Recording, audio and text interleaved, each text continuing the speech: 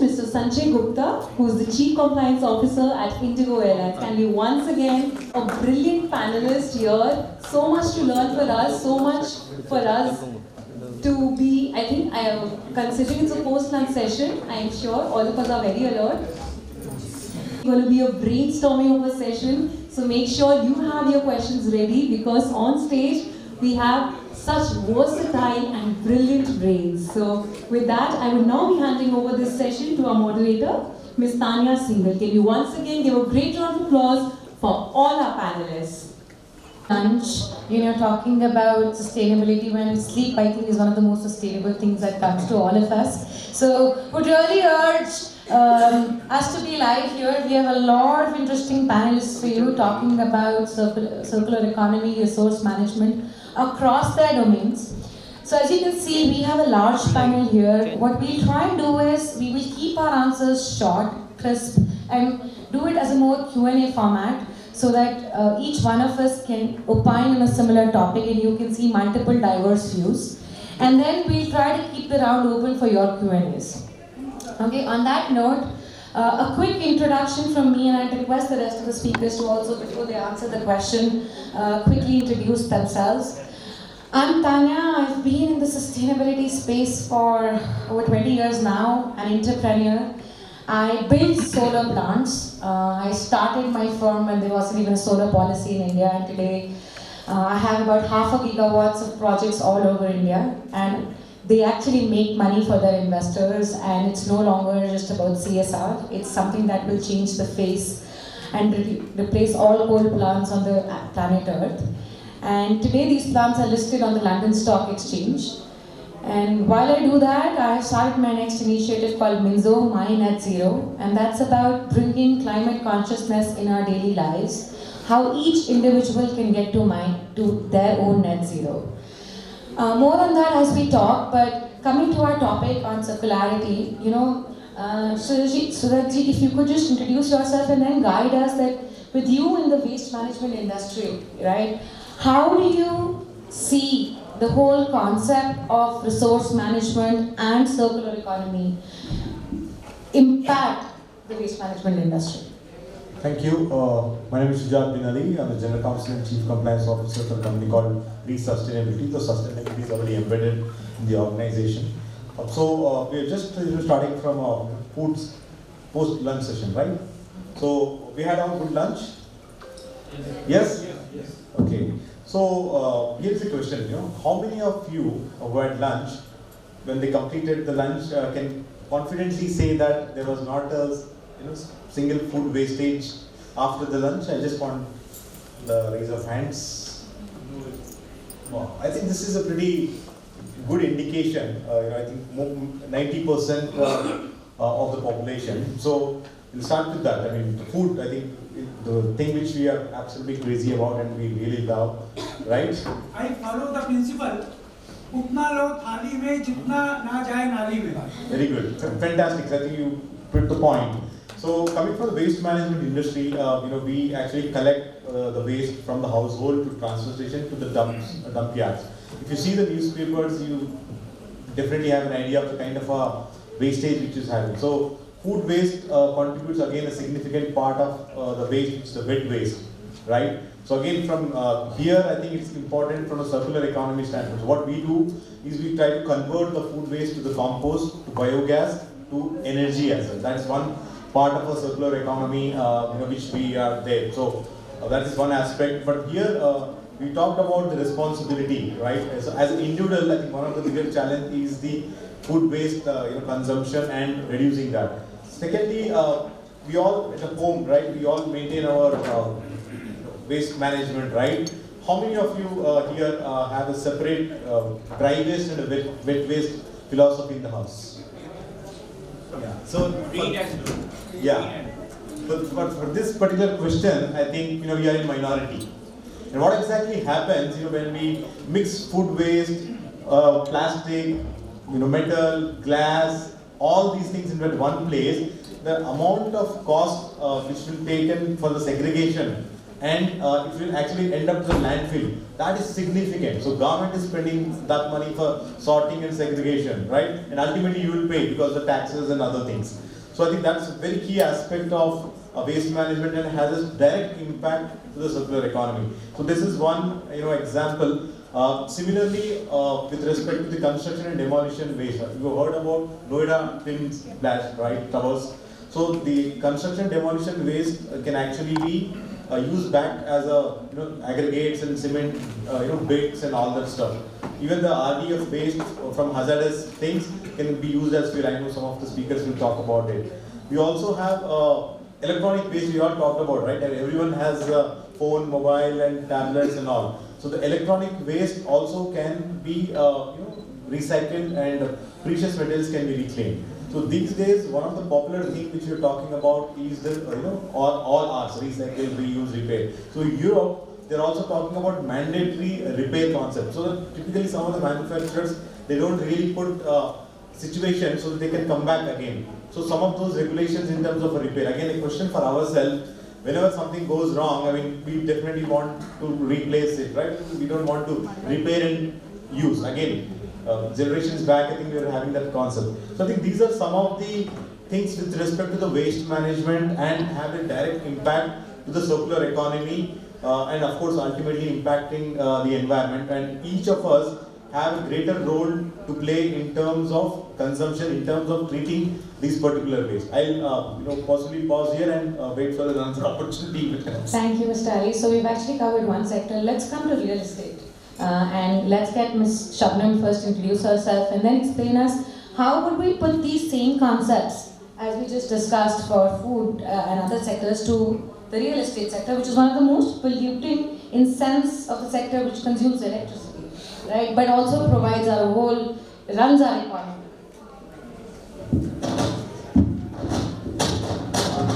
A very good afternoon to all of you, and I'm Shabnam Basti, as I was introduced initially, and I am in the building space, in the construction and building space for almost 20 years now. And I have seen this area from all sides. I was with the Bureau of Energy Efficiency initially for 10 years, and we have seen how the policies were formulated and how it was so important at that point to look at sustainability holistically, because we were constructing glass buildings all over. And that was a time when we were seeing all kind of constructions happening in NCR and all kind of glass buildings that were coming up. So my journey from there to here, when I'm talking about sustainability in the real sense, 2-3 things that come across my mind. Of course, all of us will definitely agree that we have by far become a very consumptive society. The way our grandfathers or even the generations before that, the way they have been consuming resources, I think we have been very wasteful. I mean, I don't know about food, but definitely about the kind of clothes we wear, the kind of shopping we do, and the kind of expenditures we do. I think it is not required sometimes, but I think we all have got into this regime of spending almost whatever we have. So that brings us to a very important conversation, that a behavioral change is something that will bring a change in the real sense.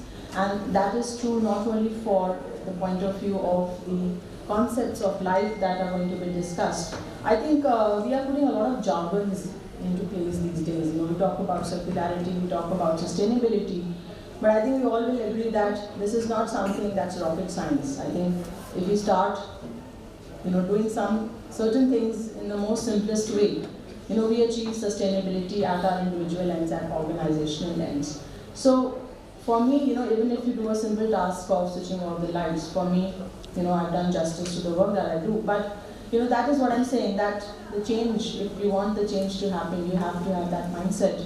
And to have that mindset, it takes a lot of effort.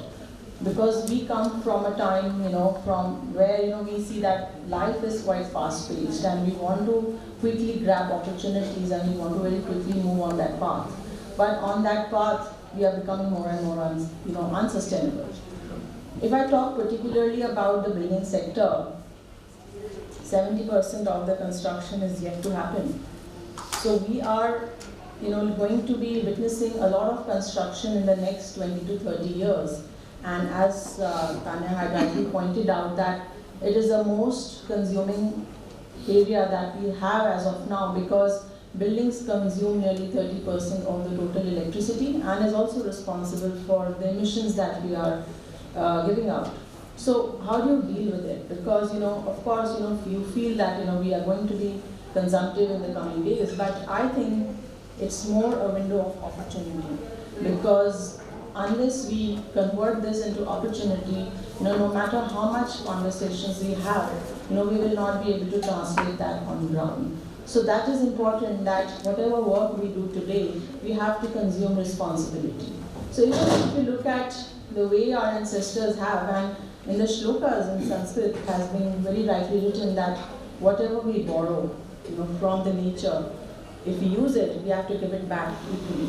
But I don't think any one of us follow it, and it is true for all segments of the society and for all of us. So, talking particularly about the real estate sector, there are a lot of policies in place. There are a lot of measures that the government is taking, call it Mission Life, call it the Energy Conservation Building Code. But what I feel, the missing link in this whole chain is an implementation framework where I think we need to strengthen that part. And the last part, of course, Tanya, I'll come back on the details of the work that we do, but I would like to touch upon that, a very, very important segment of the society, that's the end user, probably the sensitization at that level is missing at that point. So I think if we complete this chain of implementation along with appropriate information and the kind of technologies that we are using in the open source, I think this will make our life quite easier. So Tanya, I'll leave it at that. Perfect. Shabnam, I think I would like to come back to you at the end of the panel, and I want to understand the opportunity part you said, because we all know that we are moving in a direction and somehow we can't undo our past. But there is a lot that can happen now. And I would urge all of us to also give ideas of how us as a group can nudge and guide the audience here in terms of what's the way forward from where we are. Because we know we are at a place where we are almost breaching the 1.5 degree target, but we still have to maintain not reaching the 2 or 2.5 degrees. So how do we get there?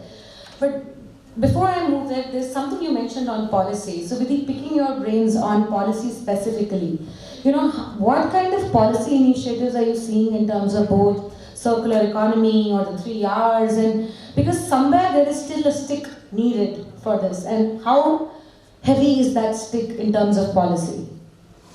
So thanks to Sujat and Shabnam for actually laying down the context so strongly in terms of the legal and policy framework when it comes to circular economy. So I'm assuming that everyone not just understands what circular economy is, but I'm sure we're all in some way or the other also following one or all the principles which fall in the circular economy, because I don't think there's any household in India which doesn't reuse the items, because that's what how our culture has been, and we have been doing it. We got deviated, we're coming back to it. So I think India, that way, Indian households have been following circular economy ever since. If you look at our grandmothers and grandfathers. So in terms of legal and policy framework, it was Ministry of Environment, Forest and Climate Change in 2019, which came up with a draft policy on natural resource efficiency. And that policy talked about resource efficiency to the extent that there would be a board on resource efficiency, and how so basically if a resource comes into if a resource is extracted, how it is not just discarded by just using it once, and how it can be in the loop as long as possible. But this policy didn't see the light of the day, and then it was Niti Aayog which formed inter-ministerial committees, because there are different ministries with which resource efficiency can be achieved. And it was in 2022 that Circular Efficiency Cell was formed in Niti Aayog, and which is still operational, and they have a rock solid team there working on it. So circular economy is something which the government of India realized that it can't just work in silo, it has to be in collaboration with different ministries. And in terms of rules, if I talk about, we have plastic management rules, which again talks about how to recycle. Then we have e-waste management rules, and what Sujat talked about, construction and demolition management rules also. So whatever that the waste from these plastic or e-waste or CND, how it has to be recycled, we have in a legal framework, we have the rules for this. And when I talk about Ministry of Mines has a steel scrap recycling policy of 2019. And Ministry of Road has come up with a vehicle scrapping policy. So the government, in terms of different policy intervention, has come up with these framework through which the resource can be in the loop for as long as possible.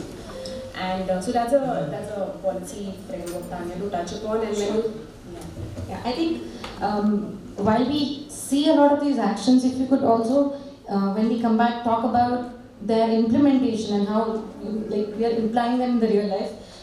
We'd love to know that. But I know, Sakiji, that you have a presentation. We'll just come to that. Let me go to Mr. Bhavik and understand, in this age of tech, where all you talk about is Gen AI, ML, and it consumes a lot of electricity, right? How can you use technology in this whole concept of sustainability, circularity, 3Rs? What role does technology have beyond just being a consumer? So the consumption of electricity will be a point that we'll discuss, but as far as technology is concerned, I think we should divide or look at it in two ways. One is how technology can be as an aid or can be a kind of catalyst to help sustainability and circular economy, and how technological companies or technology companies themselves need to change, and adopt sustainability. And am I audible enough? I really think You are audible. I'm audible. So I was saying that there are two ways that we can divide or understand where technology can work. So as I said, the first part will be the aiding part, where it will play as a catalyst, right? So a lot of people mentioned how and where the technology will help as a catalyst in your day-to-day life. So something as simple as a smart home, right? The fact that once you're walking out of a room, the lights and the fans turn off automatically, right? Something as simple as, in fact, a lot of people mentioned here, something as simple as an e-commerce website that reuses the products that you've already used and then sold to someone else, right? There are tennis rackets, there are toys for kids that we eventually give away, right? A kid might have outgrown a toy which after a certain age, but someone else, even someone who is a little less, probably financially capable than us, can be that those person can go on and use those. So technology will play a role and is playing a role at each and every level. In fact, our company, Nordcorp, we created a platform for a company named Volvo iShare. Everyone has heard of Volvo, right? They are into commercial vehicles. So we created an IoT-based app and said big words, AI, IoT, and all those things. So yeah, we created an IoT-based app, but that app was supposed to minimize the breakdown for the vehicles, so that the company can predict that where the vehicle is moving and how they are moving and what is the condition or what is the health of the vehicle. But it also kind of optimizes the route that the vehicle is taking from one point to the other, right? So if someone has to go from, let's say, Indore to Nagpur, or let's say from Calcutta to Bhubaneswar, right?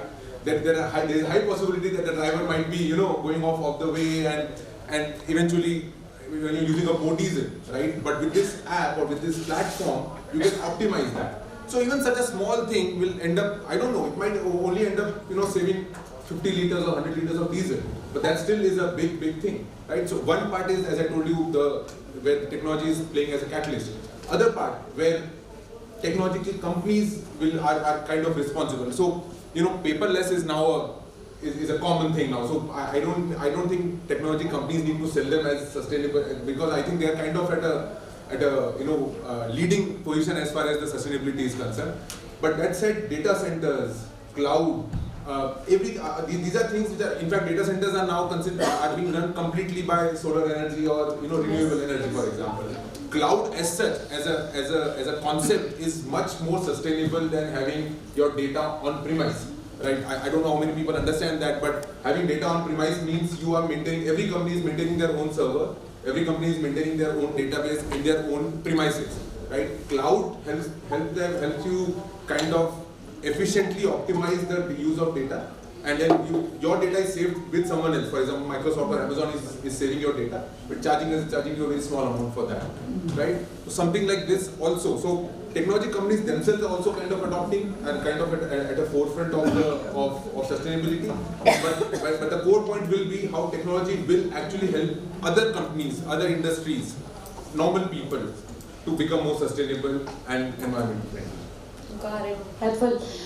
Would love to know more because technology is here to stay. But I'll come back to that. Over to Mr. Sanjay. You are in the industry which consumes and gets us from one place to the other, right?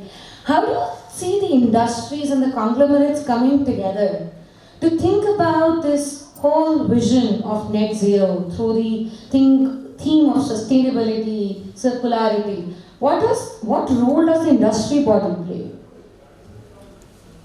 That's a very relevant question. As we all know, that we are working as of now in a linear economy. Like when we extract raw material, use it, and finally waste it and then throw away. And just to reduce, am I audible? Yeah. Okay. Just to reduce the burden on the environment, what is required? The industries, there are two types of action required. One at the individual level, secondly at the government level, and third at the industry level. Industry have to work together to make sure that this lesser burden on the environment. And industry symbiosis in that context is very, very important. Check. Just to make sure that the byproduct or the wastage of one industry can be reused or recycled in another industry. Like one example we all know is the sugarcane industry. One example we all know about the sugarcane industry, where the byproducts for the sugarcane industry can be used in some other industries also. But we have to think beyond and make sure the industry work together just to make sure about the optimal utilization of resources like natural resources, energy, water, all these things. And secondly, to make sure that the byproducts or wastage of one industry can be used by some other industry in making some other different useful products. Now, what will happen? This will make sure that there is lesser burden on the environment, lesser stress on the use of raw materials. Second time, the waste is optimized in a useful manner so that this don't go into landfills or don't take into environment to make it more polluted actually. So that way, this is very, very important. Secondly, industry chambers also, by your deliberation and by use of technology, can come out with more and more ideas that how to make it happen. I think when the industry work together with the use of policy, with the technology help, this can very well happen. And once that happens, ultimately this will make sure that the environment we really all want to protect. At least there will be lesser burden on environment, and we will reach a condition or situation where there is zero emission. Thank you. You mentioned how one industry can use the waste of the other. I'll come back to that specifically given the aerospace industry. But for now, let's understand in a more set manner, what is this whole concept of life about, right? We've heard enough about the government initiative on lifestyle for environment. So I would request if Mr. Saket, you can guide the audience in more depth about this initiative, what it entails, and how each one of us can be a part of it. Thank you, Tanya. I had requested few slides to be presented. There is that ready? Okay. So the session is about circular economy and life. So let's talk about life a little bit. So life is a public movement to mobilize individuals to become pro-planet people. So it's not about, we're not talking about corporate side of it. Life is talking about the individual side of it. So what we can do about at an individual level. Okay. So if this is ready, then yeah, of course. At a personal level, what we can do is it's like what is the first thing what we can do when there is an overflowing bathtub in our house? What we do? So there, yeah. So turn on the tap. This is what we do.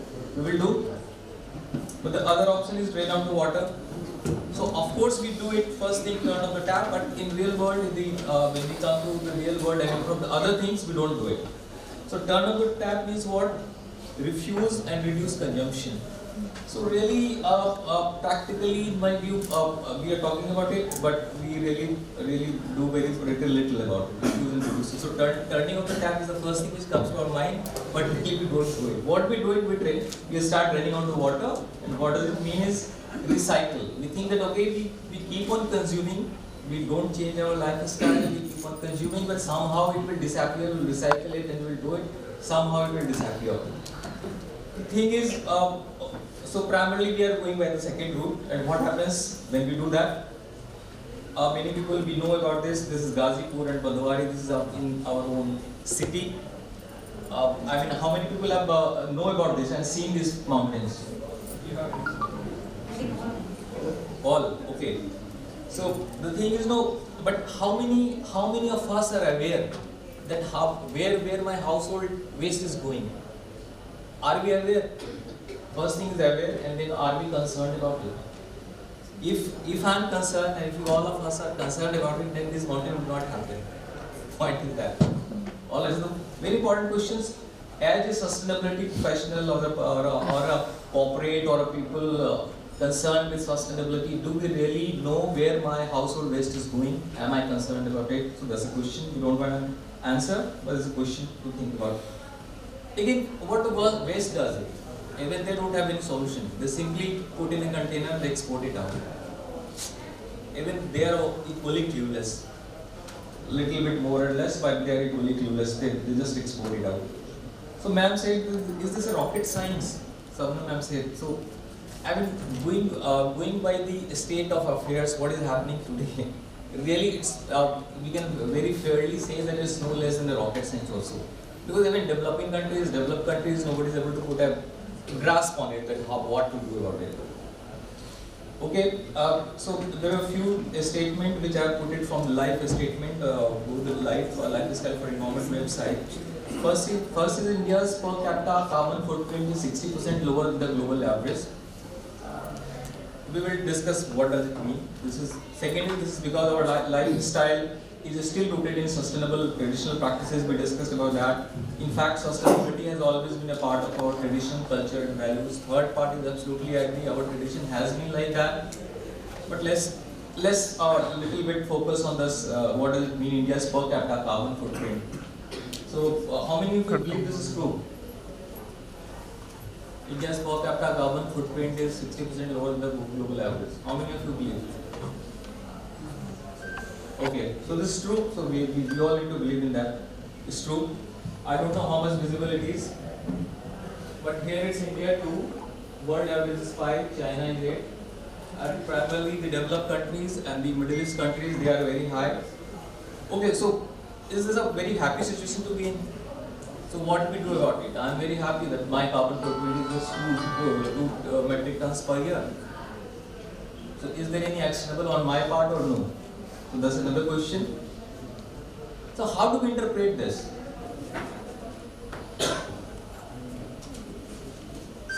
See the thing is, no, it's 2 metric tons, which is coming so low for India. It's like it's not because of people sitting in this room or people in the middle class or upper middle class.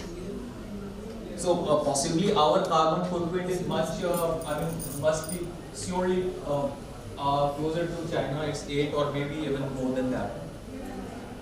So like the people in the middle class, upper middle class, people sitting in the room, possibly all of us, we are not at 2 metric tons. That's for very sure. We are much more than that.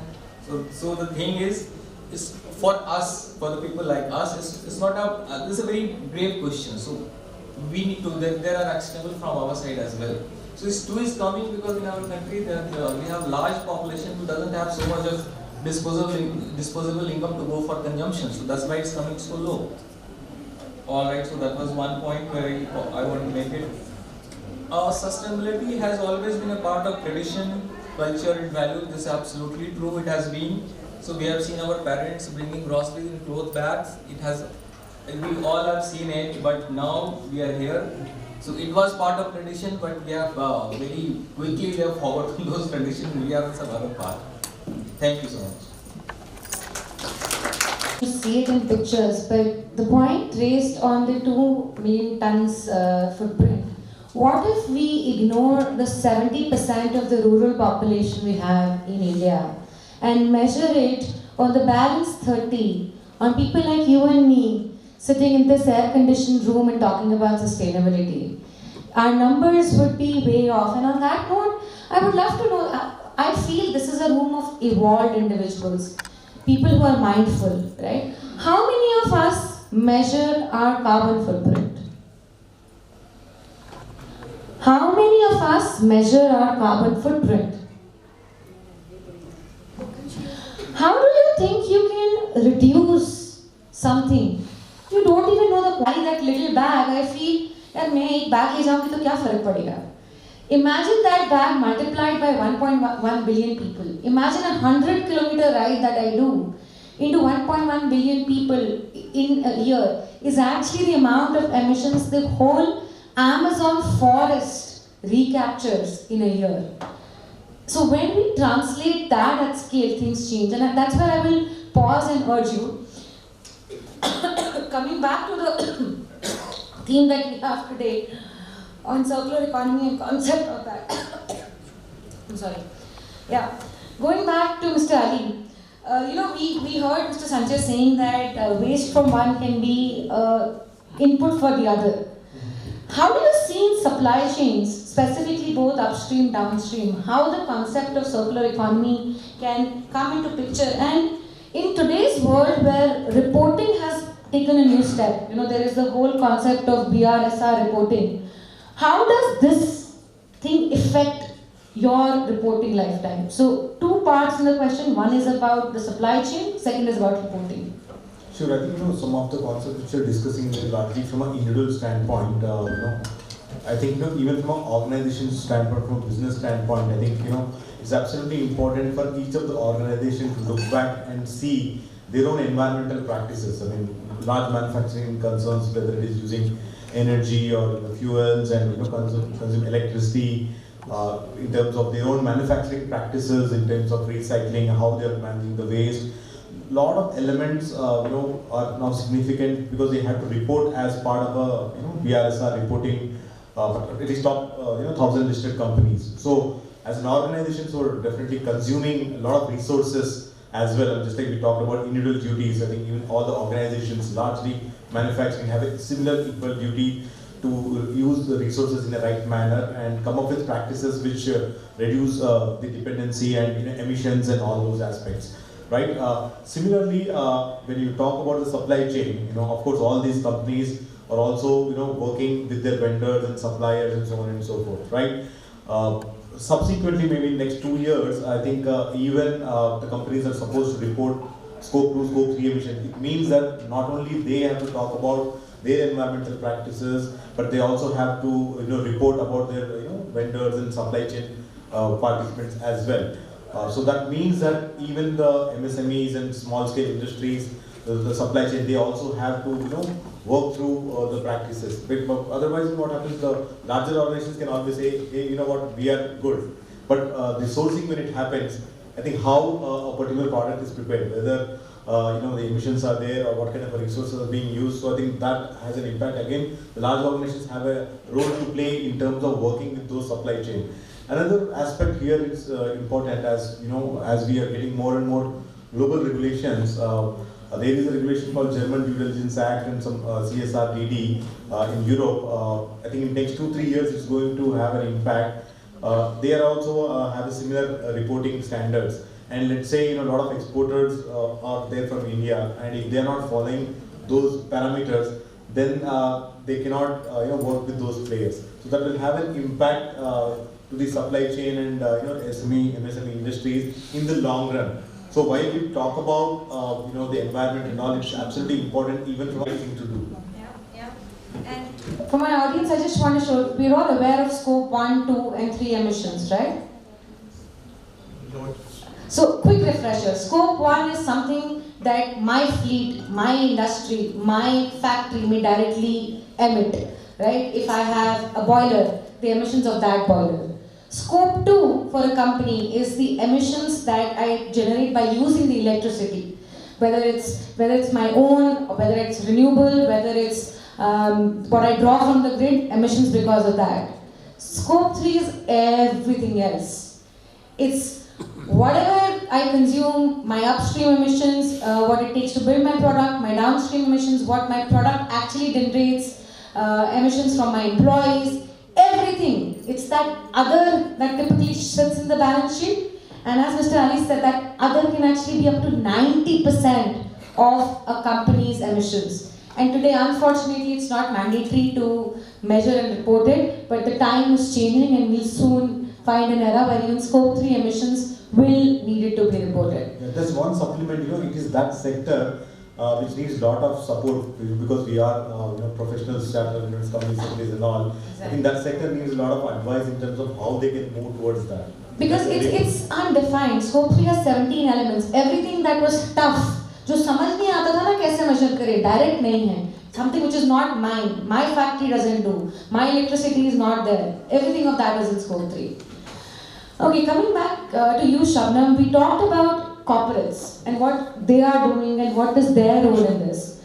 Let's come to us as individuals, as a group, right? We saw what life means. We saw some really startling pictures of how sustainability was in our culture and things are changing. But how do you think we can drive some sort of behavior change or this whole concept of mindfulness in individuals, specifically for the buildings and the environment sector? You know, you look at New York, at night it's lighted like it's a shining star. Why, I don't know. But how can we generate that mindfulness in the common man? Let me start answering this question by asking a question to all the audience. How many of us think that sustainability comes at a cost?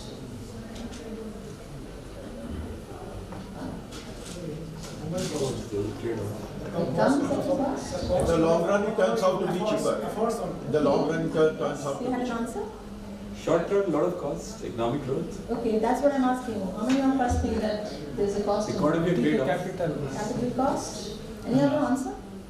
Yes? Not just short term and long term, but eventually major organizations are looking forward to going towards sustainability. I mean, I give an example of FMCG. So if they are changing the packaging somewhere down the line, they are also getting affected in terms of the shareholding in the market. So that kind of a take, if the organization is really looking forward to taking it, then it's a different thing. But Right. So I think that's a very good answer, and of course, I It is a hear that. materialistic and individualistic society. Right. We are So- all hypocrites of the highest order. Change of behavior also sometimes a lot of cost. Yes, I think I get very good answers here. That change of behavior, and we come, we become loud enough when we have to talk about sustainability. Some But companies reduce the cost also. If you see the Pepsi packaging, they Yes. remove the wrapper. So actually they reduce the cost. so I think from the building perspective, I would. Sorry. Nothing comes free. Nothing comes free. All right. So I think there are diverse answers in this house, and I think I would like to tackle it one by one. So one, of course, we talked about sustainability coming at a cost. So I think it is very essential to understand that at what stage, we are looking at a cost, because from the building perspective, when a builder comes in and he starts designing his building, let's look at from that point of view. When an architect submits his drawing and he says, "मुझे ऐसी flashy building चाहिए जहाँ पे सिर्फ glass होना चाहिए," where do you think the first mistake has been made? At the design itself. So if I was to choose a passive design for my building, where there were a lot of good air in my building, there was good ventilation, there was good light, do you think I made justice at the design itself?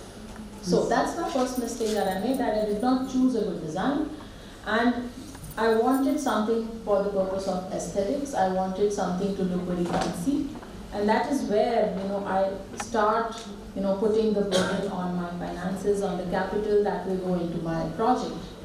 So I think we will speak in a very layman language today, so that it becomes more of a conversation. चलिए design तो हमने अच्छा नहीं बनाया, अब हम construction शुरू कर दिया. Where do you think we are going wrong in the construction site, and what kind of mistakes do you usually see because of which Delhi government has to stop the construction in Delhi? Any answer, big answers. Why do you think construction gets stopped in Delhi? Air pollution. Right? All of the Air dust pollution it Dust, creates. right? There is dust. Construction and demolition. Demolition, right. Construction and demolition. Yeah, right, so that's another answer. So I think, yes. Limitation of the sewage system as well as infrastructure. Right. So I think good answers. So I see that there is pollution and there is CND waste, there is a lot of burden on the resources, and I think multiple things that keeps multiplying during that period. But one important point that was raised is that we do not take care of the material on the site. We do not cover it, and there are norms of the government, when we talk about how we, have to maintain the material on the site. If we were to do that, we will not put a lot of impact on our capital, because I think a lot of us, they run out of, we complain about cost overruns because we have to pay the labor that time because, they are sitting idle and we cannot bear the cost of the labor that time. So that is one problem that, we have embedded in our ratings. So now we go further, and when we are talking about buildings, I put a bad design and I could not do justice that time. What do you think at the time of, putting up equipments, I should be making, or what should I be doing wrong, because of which my consumption or my capital cost is going higher? Yes? I'm talking in terms of HVAC, I'm talking in terms of light, I'm talking in terms of RE, I'm talking in terms of, yes. So I think, because, look at the room that we are sitting in right now, there are no windows, there is no ventilation. So I have to depend heavily on the artificial light right now. Entire center here is like that. Entire India sets Right. So this is a classic example of a bad design. Because of this, see the number of lights that I had to put up to ensure that the people who are sitting here are having that kind of visual comfort. We talk about three comforts: visual, thermal, and acoustics. We do not get the visual comfort, forget about acoustic, and look at the thermal comforts. The air conditioners in summers are run at 21 degrees, we wear shawls in summers. Look at the way we are sitting right now. So we over-design, we over-design light, we over-design air conditioning, and there is a lot of discomfort to the people who are sitting in the room. So because of this over-design, our cost overruns happening, right? And so, I'll just complete this. And then what happens is, I did a bad design, I did not take care of the light this time, I did not take care of the equipment. Now the only option that I have, which I go to Tanya and I tell her, please install X amount of RE on my building. Now imagine the amount of RE that I have to install on my building to fulfill my requirement. So that is where the cost goes higher. If you design your building properly, and if you are able to reduce your demand, at the design stage, you will have to probably install the minimal RE, that is required for a building. So, when we say that, there is cost overrun, that's the mindset problem. She talked about the mindset. You will have to think what is sustainable today. We'll have to be living out of those buildings for the next 40 to 50 years. We will have to pass that cost to a person who is going to be running that building. So imagine the operational cost that person will have to be burdened with, if we are not designing and, putting the proper equipments in those buildings. So the behavior, when we talk about behavior, it is at all stages, be it the designer, the developer, and also the end user. So now look at the plight of the end user. When I tell him or her that, sir, the building that you're living out of is a green building, he is not aware of the kind of technologies that you have put in. He is not aware of the kind of maintenance that is required to do. So, he ends up anyway paying more for the building. So the sensitization or the behavior that you want a consumer to have, when he's living out of that building, that has never happened. So, the gaps that I'm mentioning here are true on ground, and that is a struggle that we are facing, that, we are trying to put that information out in the public domain as much as we can, that when we talk about sustainability, it doesn't come at a cost. In fact, the capital cost reduces if you design it properly.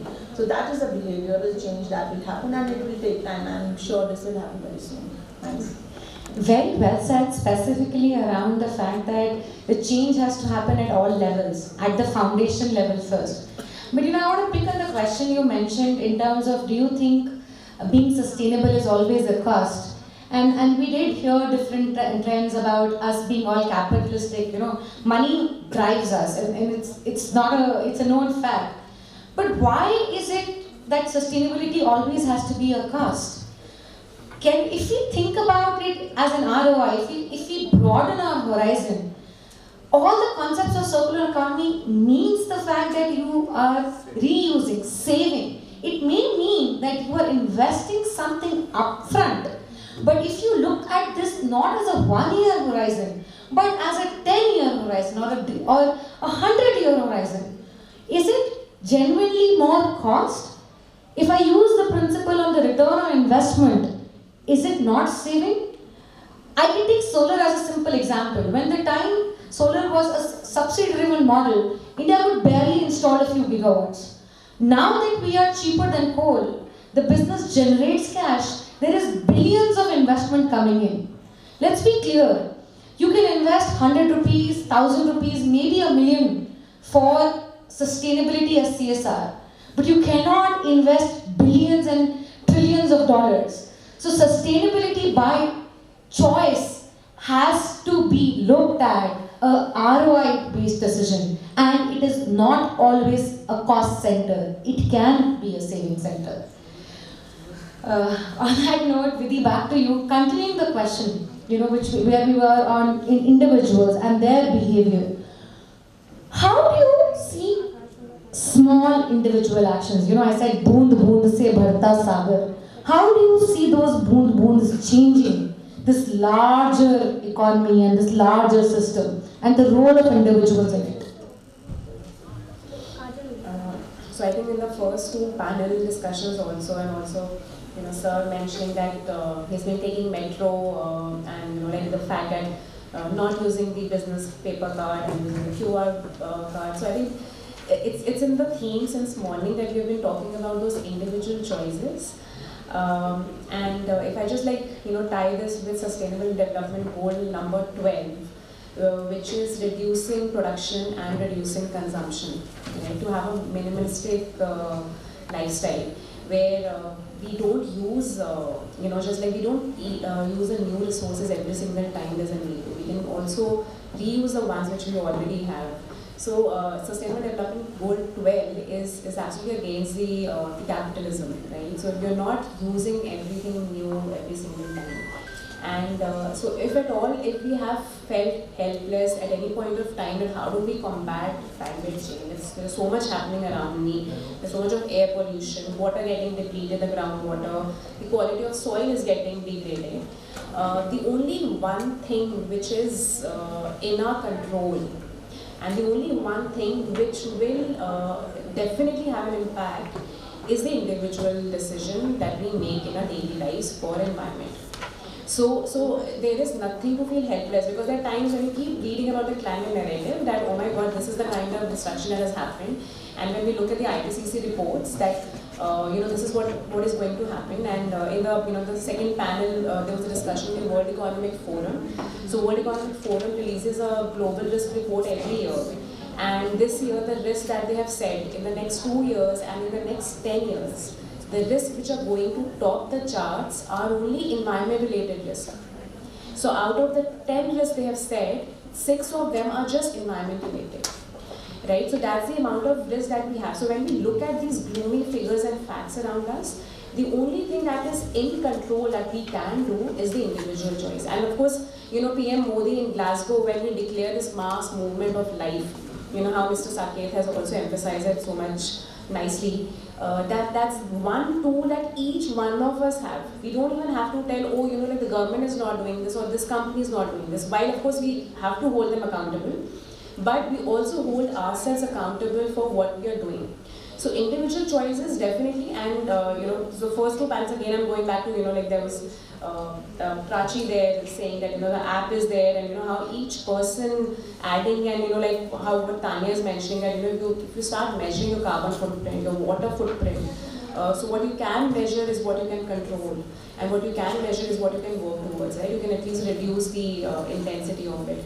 So definitely individual choices, individual behaviors can have a very big impact when it comes to climate change, and that's the only tool at which all of us have access to, right? So we're not helpless in this journey to fight climate change. In fact, we should feel empowered that it's through our decisions and through our choices that we can make an impact. Very well said, Vidhi. Mr. Sinha, would you like to add to this, specifically for the individuals in the life that you mentioned and the pictures that you showed us? Yeah, definitely. Yeah, so we just mentioned about business cards. So it's a very interesting topic. So somebody said we don't use business cards, and this is a very interesting topic. It's like individual choices. Many times it becomes what is better, what is good and what is better and what is not so good, and the context and the proportionality. So that becomes it's not so simple at many times. So just to give an example, of business card, if we can counter my arguments, we have for that. So business card, let's the case of business card. I'm not giving. Some people don't prefer to give business card. First thing, one is that the paper industry in India say that they are they are making all the paper from the what they call it agroforestry or something. It's not, they are not taking it from the forest, let's say, for that matter. So it's all legal, and it's all agroforestry from there that paper is coming. So that's one thing. You don't give paper cards, but you scan a code. But scanning a code has also a carbon footprint. That's also there. Alright. So scanning a carbon footprint is not zero environmental impact, but it's also the carbon footprint. I was just trying to do a back of the envelope calculation that let's say what is the carbon footprint of, let's say, 200 cards or 300 cards, and it came out that if you drive a diesel or a petrol car for 2 kilometers, it's more than, that environmental impact is equal to, let's say, 500 visiting cards. So what is good? What is not good? There can be so many aspects, because environmental, they have so many aspects. So many times it becomes very confusing, and we have to be very careful about that. I would just like to talk on cost, where we have been talking about it. Cost, we also ask about cost to whom. Okay, so Pepsi is talking about, some other companies talking about it, they are talking about their own cost. But it's not the only cost which we should be talking. So cost to whom? That's very important to ask. So if there is if pollution is happening and there is a public health cost, then that's also a cost. So cost to whom? So that's very important too. Thanks. Thank you. Unfortunately, Ms. Shabnam has to head out, so you will not get a chance to ask her the questions, but we still have the full panel here. Thank you. Coming to you, Bhavin. This whole concept of life, right? How can tech help us in this, right? It seems like everybody has the right intentions. How can technology make this easier, right? How can technology help in circular economy, life, the 3 Rs, other than just not being the necessary evil? Great point. So, yeah. In fact, I was... Sorry to interrupt. We just like to felicitate ma'am as she's leaving. I would be requesting Ms. Chavi Prabhakar ma'am to please come on stage and felicitate our speaker. Do we have Ms. Chavi with us? Next, please, ma'am. Thank you. I also request ma'am to felicitate her. Sir, please. Sir, please. Thank you. Things people use very frequently, UPI, right? People were trying to put in digital wallets, credit cards into your hands. I work in the credit card industry also, right? For almost 25 years in India, the credit card adoption was less than 3%. Imagine that. Currently, UPI usage is above 40% of Indian public is using UPI. You imagine that. So obviously it's more sustainable. There is no plastic. There is no credit card machine that we need to use, right? Everything is happening online. But it's absolutely a function of cost. There is no two ways about it. In fact, coming from a commercial or industrial organization, we understand the fact that companies, individuals will adopt sustainability only when it comes as a benefit to them and not when it comes as a cost to them. But as you asked, I mean, I was just noting down some points. Something as simple as a sensor that we put in a water tank, right? Something as simple as an app which is made for cleaning up. I mean, a lot of I come from Gujarat, so it's much more common to have a solar plant there than Delhi. And I'm sorry, but you guys hardly have any adoption here. In Gujarat, we see it very, very commonly. Every household has a solar I beg to differ, but I will. So something as simple as you guys don't realize. I mean, Tanya would realize. The efficiency of a solar plant falls drastically after 15 days if it has not been cleaned, right? So now there are platforms and apps and there's a machine now that cleans up your solar plant every 15 days or every 10 days. It's a simple machine, water flossing machine basically, right?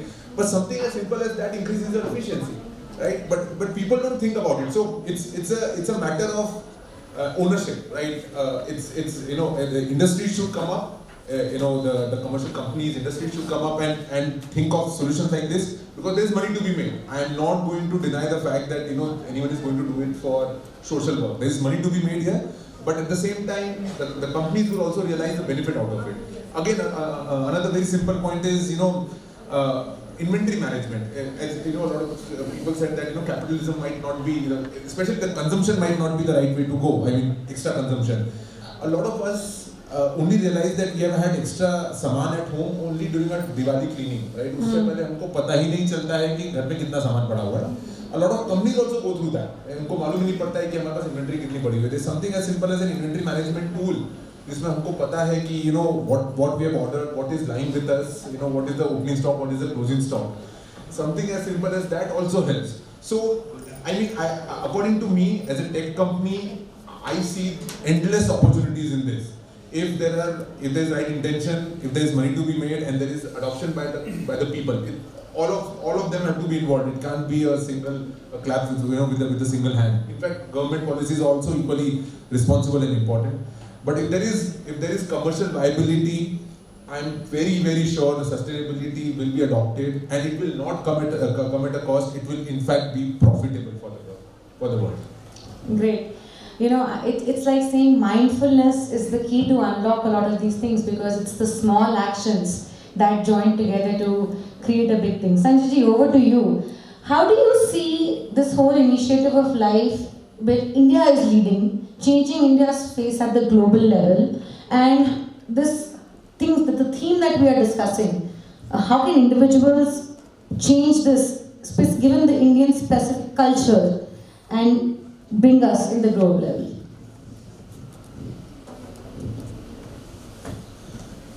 The whole this initiative or the mantra of lifestyle for environment was given by India only. As Vidi said that Modi at COP26 at Glasgow in November 21, he launched his mission lifestyle for environment that is called LIFE. And he appealed to all Indians and all the people global level, all institutions and individuals to adopt a lifestyle which is good for the environment. And basically, if we see that the problem why we are all discussing about environment, sustainability, because this is the byproduct of the lifestyle of the people only. When individual lifestyle, when this goes to a group level at the global scale, this leads to environmental degradation. And industrialization, when we see the environment 100 years back, I don't think there was so much of pollution actually. And we see on a community basis, I am very sure the kind of pollution we created in the last 100 years is more than the cumulative pollution which was done since the start of the mankind. Having said that, India has a great contribution on that. India has been appealing to the international forum at different forms about adopting a lifestyle which is pro-environment, pro-planet in fact. And in that direction, India has done many things. If you see, what India has done so far, this Swachh Bharat mission, this was launched by Modi. In less than 5 years' time, India built about 100 billion, toilets and all, in fact. What is that? That's a good thing. Secondly, if we see the kind of habitual method which are in India, like stab wells method, or so many things which are doing in agriculture, or near the buildings and everything, this neem tree and everything which we are cultivating, that also helps in reduction of the pollution of the environment. And on the similar form, whatever conferences or global forums which are happening throughout the world, India is always in participating. And COP28 also, India made big announcement. And about the carbon emission targets, India has already achieved. India is ahead of the world, in fact. And India further targets also. Because India, and when we see the carbon footprint also, we see that India is far less than many other countries. The region may be like more than 2/3 of Indian population is still living in villages. But okay, having said that region, but India is already working towards that. And India's contribution in the global carbon emission reduction cannot be undermined at this stage, in fact. And if we see which are the countries who are responsible for so much of pollution, these are all developed countries, like take on top of America. And in the COP28 and this kind of summit, all the countries pledge for contribution at the global level. But actual contribution, or when they see the ground reality, is really not that much, in fact. So, like India is taking lead, and the other countries of the world have to follow what India is doing, in fact. If we do that, really we can achieve that target. Good, very well said. I think there is a plethora of topics we discussed today, starting from the whole circular economies, the 3 R's, to actually how sustainability can be a profit center and ROI and not just a cost center. And seeing how individual small actions can make a much bigger impact and the whole concept behind life. In these same themes, I would like to open the round for Q&A now. Any questions that you would love us to talk a little bit more on, or something that we were not clear, or something that we should expand on, please? I think a lot of questions, sorry to butt in, a lot of questions you have to ask ourselves.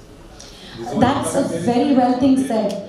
So the start to any problem is first being saying, can I ask myself a question? We are the culprits. Yes. So I'm glad if we could instill even a thought, the thought that you want to ask yourself a question. But beyond that, because you have to keep questioning yourself, anything that we can help to get you closer to the answers of the questions that might have already popped up in your mind in the duration of this panel. In our younger days, we should talk about I went to teaching industry, then got into academics, part of IMIT with a lot of other reputed institutions. We used to talk about triple bottom line. Now it's becoming ESG. So flavors are changing and getting more mandatory requirements are there. Like a lot of control is there, but it's all individual behavior which is important. We don't change, nothing will change. I went for a second car, I saw a very good example. So I could have sustained with one car, it was a smaller one. I went for a Vitara because of ads, so I'm regretting. Yesterday I got another conspicuous consumption, I should throw it away. I got the S24. Why unnecessarily? So we are the culprits.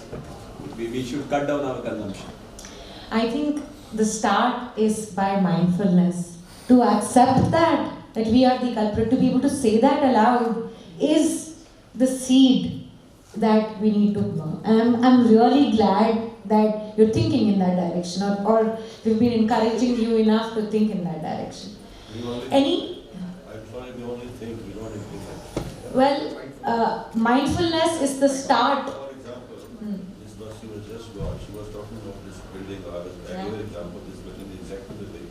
What can the layman do when the building actually is, the layout, the design is not in the hands of common man? It's at a very high level. So what is that?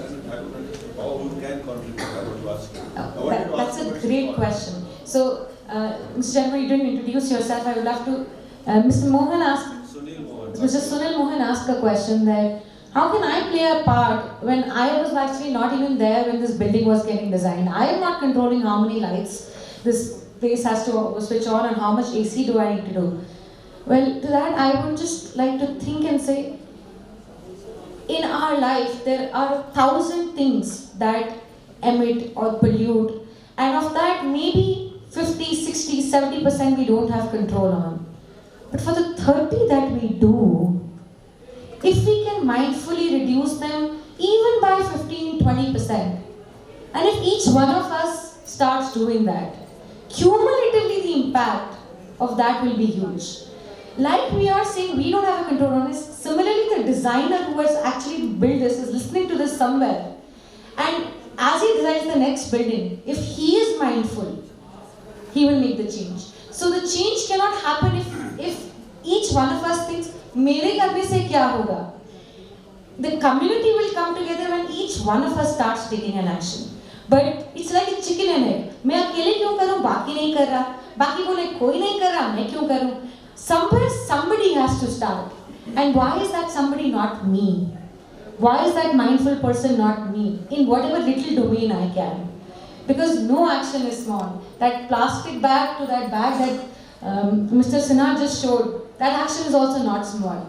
We just don't see the immediate impact of that because the weather is still changing. We don't see the immediate impact of it, so we don't count it. Which is why I first asked to say, can you measure? Because when you measure, you see the subtle changes in your lifestyle, how it impacts your footprint. See, I'm talking of... Yeah. Mr. Mohan had something else. See the basic, how much does smoking contribute? May I ask you?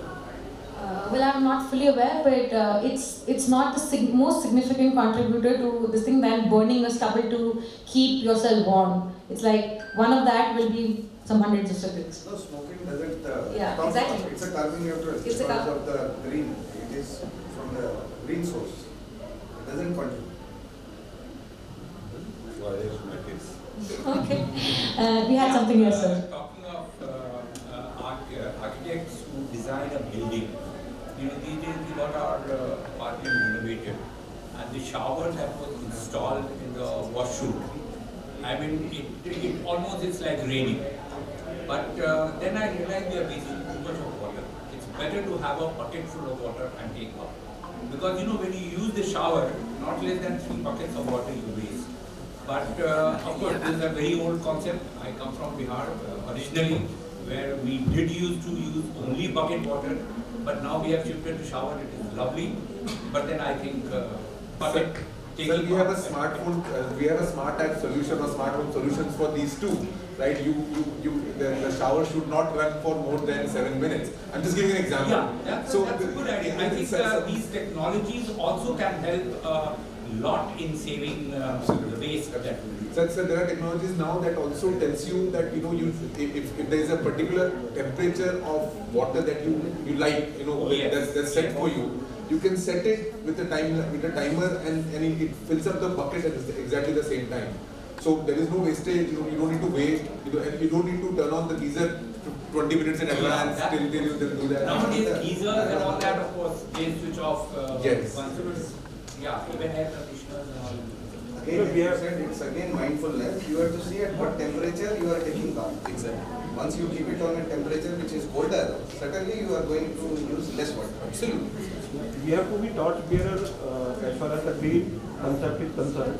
We have to educate our family, we have to educate our relatives, we have to educate our society, so that they will put a force on the builder that they should construct a green building only. Even we ourselves, you know, build our houses. Independent houses are built by us only. We tell our contractors, we tell our architects how to build. So there, you know, we want to make maximum usage of the space, and people are flouting the norms that you know, so much of space should be kept in the front, so much in the back. But people want to construct their houses. So we ourselves are Well, I'm glad that we have sparked a conversation or a debate. I think that's the start to any change.